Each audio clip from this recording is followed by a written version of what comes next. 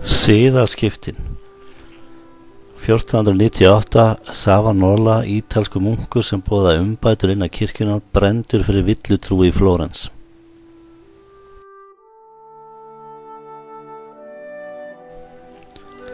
Upphaf siðaskiptanna. Lúther neglir 95 greinar gegn sölu aflátsbréfa á kirkjudýr í Wittenberg í Þýskalandi.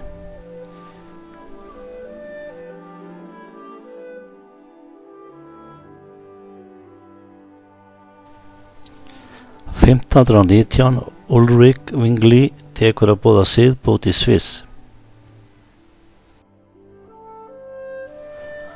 1521 kirkjuþingið í Worms kemur saman og Lúther þar bannfærður. 1529 Hinrik VIII slítur ensku kirkjuna úr tengslum við páfastól til að geta skilið við Katarínu af Aragóníu árið 1534 lýsir hann sig höfuð ensku kirkjunar. En þess maður geta að páfastóll hafði bannað konungi að skilja. 1532 Jóhann Calvin stofnar mótmælendahreyfingu í Frakklandi. 1534 Ignatius Loyola stofnar jesúitaregluna.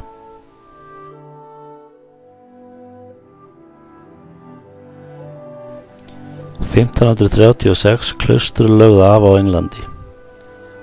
1540 fyrsti lúterski biskupinn á Íslandi, Gissur Einarsson, sest á biskupsstól í Skálholti.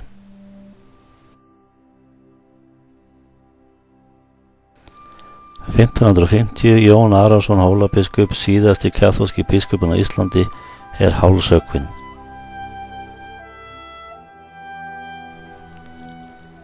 1555 England verður kaþólskt á ný í stjórnartíð Maríu I. Cranmer erkibiskup brenndur á báli.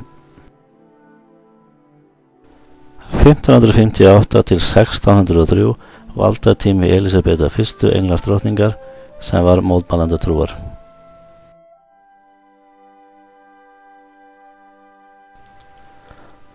1562 trúarbragðastyrjaldir í Frakklandi milli kaþólika og húgenota eða mótmælenda.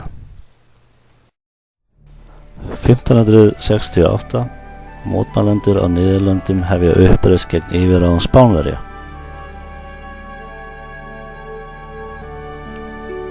1572 Bartólómeusarvígin, fjöldamorð á húgenotum í Frakklandi.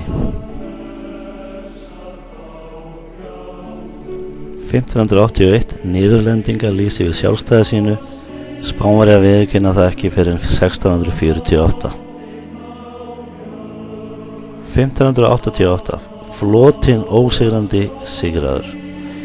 Spánverjar ætlaðu að sigla til Bretlands og snúa þeim til réttrar trúar.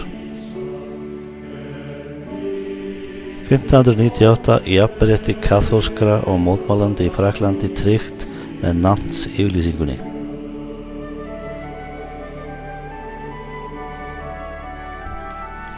Á endurreisnartímanum var leitast við að færa siði kirkjunnar nær boðskap Gamla og Nýja testamentisins. Þessi hugarfarsbreyting var kveikjan að siðaskiptunum, en þau boðuðu uppgjör við kirkjuvald Vestur-Evrópu.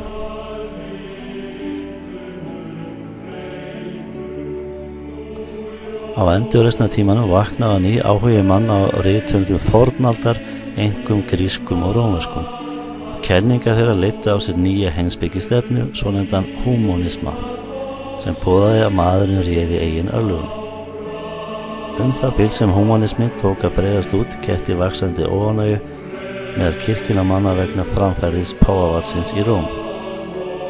Árið 1517 mótmælti Marteinn Lúther, þýskur munkur, opinberlega því sem var að hans mati siðspilling innan kirkjunnar og krafðist umbóta. Barátta hans var upphaf þess sem við köllum siðaskiptin eða siðbótina, en þau leiddu til stofnunar mótmælenda kirkjunnar. Þegar siðbótamenn á borð við Ulrich Zwingli í Sviss og Jóhann Calvin í Frakklandi tók að boða hugmyndir Lúthers, Prentlistin sem var nýju fundin olli því að þessar kenningar breyttist við út. Biblían sem áður var einungis til á máli lærdómsmanna, latínu, var nú þýdd á þjóðtungur og varð þannig almennings eign. Sumir þjóðhöfðingjar notfærðu sér óánægju innan kirkjunnar í eigin hagsmunaskyni. Þar má nefna Hinrik VIII Englandskonungs sem vildi láta ógilda hjónaband sitt og Katarínu af Aragóníu. Hann fór þess á leit við páfann en fékk synjun. Hinrik sagði þá skilið við kaþólsku kirkjuna og fékk þannig vilja sínum framgengt.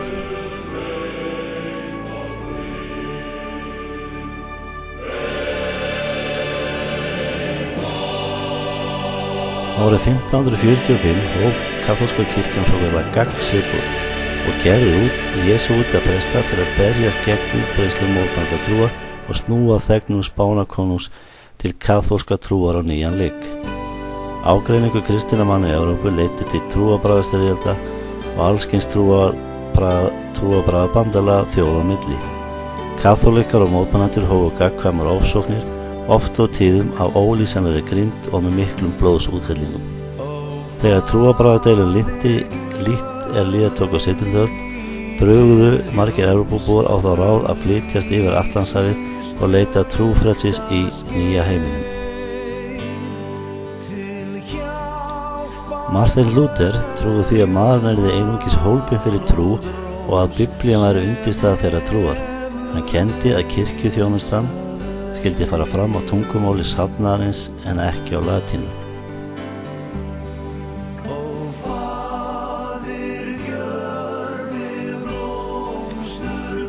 Árið 1588 sendu Spánverjar flotann óseyrandi til Englands til að koma á aftur kaþólskri trú. Árás enska orrustuskipsins út af Calais olli því að Anderson fóru til Þúr og en mikli floti lenti ýmist í strandir eða tvístraðist í óveðri út á strönd Norður Englands.